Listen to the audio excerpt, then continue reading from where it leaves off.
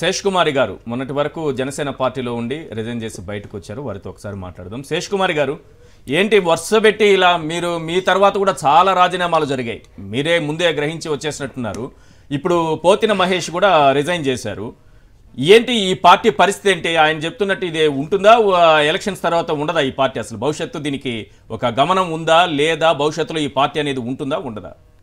Janasena party అన్నది ఉండదండి. ఎందుకంటే 7 నెలల క్రితం నన్ను ఇన్ఛార్జ్ గా తీసి అంటే పిఠాపురం నెంబర్ 1 స్థానానికి తీసుకొచ్చాను. నేను ముక్కు మొహం తెలియకుండా 28,000 ఓట్లు 15 రోజుల్లో వచ్చినాయి నాకు. అలాంటిది పిఠాపురం ఈ విన్నింగ్ స్టేజ్ కి తీసుకొచ్చాక ఆ రోజు నన్ను ఎందుకు తీశారో చెప్పకుండా మొహం చాటేసుకున్నాడు పవన్ కళ్యాణ్. ఈ రోజు వర్మ గారి ఇంటికి వెళ్లి కాళ్ళు పట్టుకునే స్థితి ఆయనకు వచ్చింది. ఎందుకంటే ఎలక్షన్స్ లో చంద్రబాబు నాయుడు అసలు స్థానిక సంస్థల ఎలక్షన్స్ నే ఆయన పాల్గొనలేకపోయాడు. ఈ రోజు వర్మ తోటి అక్కడ జెండాలు కాల్పించి పవన్ కళ్యాణ్ ని ఓడించడానికి ఎవరో కాదండి, ముందు చంద్రబాబు నాయుడు ఓడిస్తాడు. ఆ విషయం ఆయనకి అర్థం కావట్లేదు.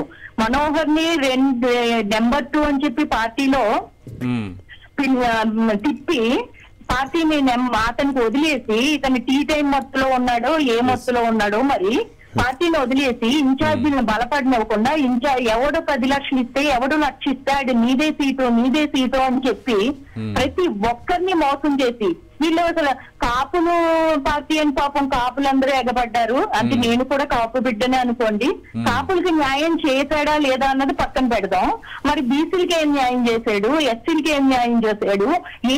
ఏ కులం కనబడితే ఆ కులం నేను ఓన్ చేసుకుంటున్నాను, నేను ఆ కుల బిడ్డను అని మాట్లాడే పవన్ కళ్యాణ్ అసలు 21 సీటుకి ఎవరికి పాలికాపుతనం చేసుకున్నాడు అన్నది సమాధానం చెప్పాల్సిన అవసరం ఉందండి.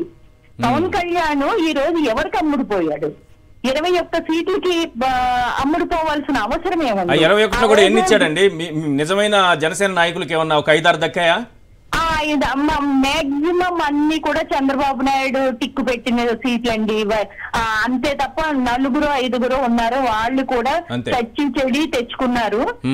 కష్టపడి 4.5 సంవత్సరాలు మోసి అంటే ఇప్పుడు మాలాంటి వాళ్ళు అంటే తట్టుకుంటాం. ఎంతో కష్టపడి మోసిన చెట్టిబద్దల రాజ్బాబు గారు ఉన్నారండి అమలాపురం. ఆయన నిజంగా అసలు పార్టీని బతికించాడండి. అమలాపురంలో 45,000 ఓట్లు వచ్చినాయి. ఆయన్ని అసలు తీసేందుకు కనీసం కూర్చోబెట్టి మాట్లాడాలన్న జ్ఞానం కూడా లేని పార్టీ ఉంటదా అని మనం అనక్కర్లేదండి. అది పార్టీ ఉండదు.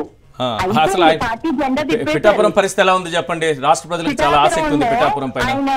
పిఠాపురంలో పరిస్థితి అంటే అయోమయ పరిస్థితిలో ఉన్నారండి. అక్కడ టీడీపీ వర్మతో పని చేయలేరు. అక్కడ ఇన్ఛార్జ్ లేరు. ఇన్ఛార్జిని కూడా మర్రెడ్డి శ్రీనివాస్ గారు అని చెప్పి ఎవరినో అక్కడ అనపర్తి నుంచి తీసుకొచ్చి ఇక్కడ పెట్టారట. హైదరాబాద్ నుంచి వస్తారండి. బ్రోకర్ 1, బ్రోకర్ 2, బ్రోకర్ 3లో బ్యాచ్ ఉంది. హైదరాబాద్ నుంచి వస్తారు వాళ్ళు. ఆ బ్యాచ్ తీసుకొచ్చి నితిన్ రెడ్డి గారిని ఎక్కడి నుంచో తీసుకొచ్చి ఇన్ఛార్జ్ వేసేసారని మాట్లాడే పవన్ కళ్యాణ్ ఇప్పుడు వచ్చిన బ్యాచ్ ఎవరండి? ఎక్కడి నుంచి తీసుకొచ్చాడు ఆయన? ఇప్పుడు పిఠాపురం హైదరాబాద్ నుంచి తీసుకొచ్చాడు ఒక బ్యాచ్ ని. ఆ బ్యాచ్ అందరికి రాజకీయ ఓనామాలు కూడా తెలియదు వాళ్ళకి. రాజకీయం అంటే ఏమిటో తెలియని అయోమయంలో కొట్టుకుండి నువ్వు 10 రూపాయలు ఇస్తావా, నువ్వు 10 రూపాయలు ఇస్తావా అని అందరినీ అడుక్కుని ఆ 10 రూపాయలు ఇస్తే పవన్ కళ్యాణ్ తో ఫోటో తీయించే పనికిమాలని ఎదవల్లందరినీ తీసుకొచ్చి పిఠాపురంలో కూర్చోబెట్టాడు. పిఠాపురం ప్రజలు అమాయకులు గనక వాళ్ళు ఇంకా పవన్ కళ్యాణ్ గారి మీద ఏదో జన సైనికులు, కానీ ఎవ్వరు కూడా పవన్ కళ్యాణ్ గారిని ఈ రోజు నమ్మే పరిస్థితిలో లేరండి ఎవరు కూడా. రైట్. నాకు ఒక విషయం చెప్పండి, ఎట్లుంది అక్కడ? ఎండలు ఎలా ఉన్నాయి? పవన్ కళ్యాణ్ తట్టుకోలేకపోతున్నారంట. ఆయన వారం 10 రోజులు రెస్ట్ తీసుకున్నారు, మళ్ళీ ఒక రోజు వచ్చారు, మళ్ళీ వెళ్ళిపోతున్నారు. ఏంటి ఎండలు ఎక్కువ మండిపోతున్నాయా పిఠాపురంలో? ఎండలు 2 రోజులు షూటింగ్ అండి. షూటింగ్ ఇప్పుడు ఇల్లు ఓపెనింగ్ అని షూటింగ్ జరుగుతుంది అక్కడ. ఆ షూటింగ్ అయిపోగానే మళ్ళీ వెళ్ళిపోతాడు ఆయన. ఎండకి తట్టుకోలేడు, దేనికి తట్టుకోలేడు ఆయన. ఒక మీటింగ్ మాట్లాడాక మన్నాడు పడిపోతాడు ఆయన. ఎండకి తట్టుకోలేక ఎన్ని రోజులు? వారం రోజుల పాటు కనపడలేదు కదా మీ పిఠాపురంలో?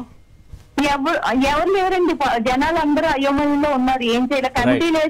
కమిటీలు వేసామంటున్నారా? కమిటీల్లో ఏ బాధ్యత ఎవరికి అప్పచెప్పలేని పరిస్థితి ఉందట అక్కడ. రైట్. రైట్, థ్యాంక్ యూ అండి శేష్ కుమార్ గారు, ఫోన్ లైన్లో మీ అభిప్రాయం తెలియజేసినందుకు.